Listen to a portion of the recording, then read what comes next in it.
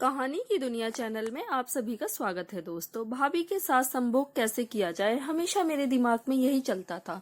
बस जरूरत थी तो एक मौके की। भैया की शादी हुई थी और घर में खुशी का माहौल था। मेरा भी कॉलेज खत्म हो गया था। बचपन से ही मैं शर्मीले स्वभाव का था। किसी लड़की से दोस्ती तो दूर, कभी बात भी नहीं की थी। जब भाभी आई तो वह काफी शरारती थी। हमेशा मजाक करती और कहती, तुम बड़े छुपे रुस्तम हो, 10 गर्लफ्रेंड होंगी लेकिन शक्ल ऐसी बना के रखते हैं कि कोई शक ना करे। समय आने पर सब सामने आ जाएगा। धीरे धीरे मैं भी भाभी से मजाक करने लगा और ऐसा लगने लगा कि मैं भाभी को पसंद करने लगा हूँ। एक दिन जनवरी के महीने में मुझे सर्दी लग गई और बारिश की ठंडी फुहारें बाहर पड़ रही थी। तभी भाभी आई और कहा, आप लेट जाइए, मैं बाम लगा देती हूँ। भाभी ने मेरे माथे पे बाम लगाया और मेरे शर्ट के बटन खोलकर मेरे सीने पे भी बाम लगाया। उस दिन मुझे ऐसा लगा कि भाभी भी वही चाहती हैं जो मैं चाहता हूँ। ठीक होने के बाद मेरी गंदी नजर भाभी पर पड़ने लगी। जब भी वह मेरे सामने होती, मेरी नजर उनके चेहरे पर कम, उनके शरीर पर ज्यादा होती थी। हर समय मौके की तलाश रहती कि भाभी का कभी कोई अंग दिख जाए। भाभी भी हंसी मजाक के साथ हमेशा मेरे आसपास रहती। एक दिन छत के कमरे में मैं सो रहा था, लाइट चली गई थी और भाभी मेरे लिए पानी लेकर ऊपर आई। मैंने भी मौका देखा और भाभी का हाथ पकड़कर अपनी ओर जोर से खींचा। भाभी बोली, अरे भैया पागल हो गए हैं क्या? गिर गए तो हाथ पैर टूट जाएंगे। जैसे ही भाभी खाट पर बैठी, मैंने अपने होठ उनके होठ पर रख दिए। भाभी झटके से उठी और मुझे एक थप्पड़ मारा। शर्म नहीं आती? अभी भाभी के साथ कोई ऐसा करते हैं? यह तो कहो कि कोई और नहीं है यहाँ पे, नहीं तो क्या सोचता, भाभी ने कहा और नीचे चली गई। मुझसे दूर दूर रहने लगी और मौका देखकर मैंने कहा, अगर आप मुझसे प्यार नहीं करती तो मजाक क्यों करती थी? उस रात मेरी शर्ट के बटन खोलकर मेरे सीने पे मालिश क्यों की? भाभी ने फिर से एक जोरदार थप्पड़ मारा और बोली, शर्म नहीं आती आपको?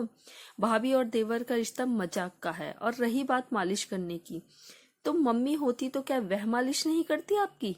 भाभी को भाभी माँ जैसे ही कहा जाता है। आपकी इतनी गंदी सोच होगी मुझे पता न था। और यह बोलते हुए भाभी वहां से चली गई। उस दिन के बाद मेरी और भाभी की बात लगभग बंद हो गई। मैंने दूसरे कॉलेज में एडमिशन लिया और सोचा कि इस बार लड़के हो या लड़कियां, सबसे बराबर बात करूंगा। लड़कियां मिली और हमारी बात भी होने लगी, लेकिन मेरी नज़र ऐसी थी कि जब कोई लड़की पास से गुजरती तो मेरी नज़र उसके ब्रेस्ट पर होती। लड़कियों के चेहरे पर कम और उनके फिगर पे ज्यादा पहचानने लगा था। मन में प्रत्येक लड़की के लिए सिर्फ एक विचार होता था कि कैसे कोई मिल जाए और मैं उसके साथ कुछ कर लूं, लेकिन कर कुछ नहीं पाया। गर्मी में मेरी भांजी घर आई, जिसकी उम्र महज 11 साल थी। आते ही वह मुझसे लिपट गई और बोली, मामा ये दिलाओ, मामा वो दिलाओ। मैं दिला भी देता था। एक दिन आकर वह मेरी गोद में बैठ गई और मेरे मन में उसके लिए भी बुरे ख्याल आने लगे। मुझे बहुत आत्मग्लानि हुई। समझ नहीं आया कि ऐसा क्यों हो रहा है। जब भी वह मासूम मेरे पास आती तो मैं वहां से हट जाता। काफी परेशानी के बाद मैं डॉक्टर के पास गया और सारी बात सामने रखी। उन्होंने मुझे एक अच्छे साइकोलॉजिस्ट के पास जाने की सलाह दी। मैंने उनकी बात मानी और उनके पास गया। साइकोलॉजिस्ट ने पूरे 2 घंटे तक बैठाकर हर बात को पूछा।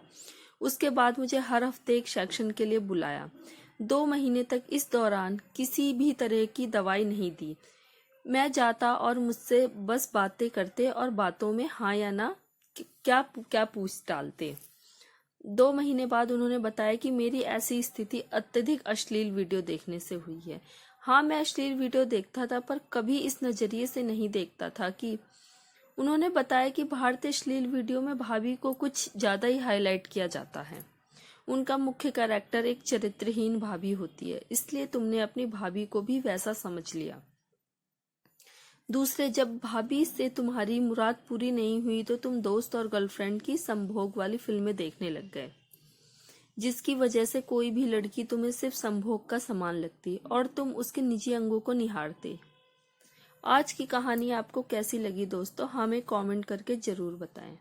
वीडियो अच्छी लगी तो लाइक करें, कमेंट करें और वीडियो को ज़्यादा से ज़्यादा शेयर करें दोस्तों, और चैनल को सब्सक्राइब कर लें। धन्यवाद दोस्तों।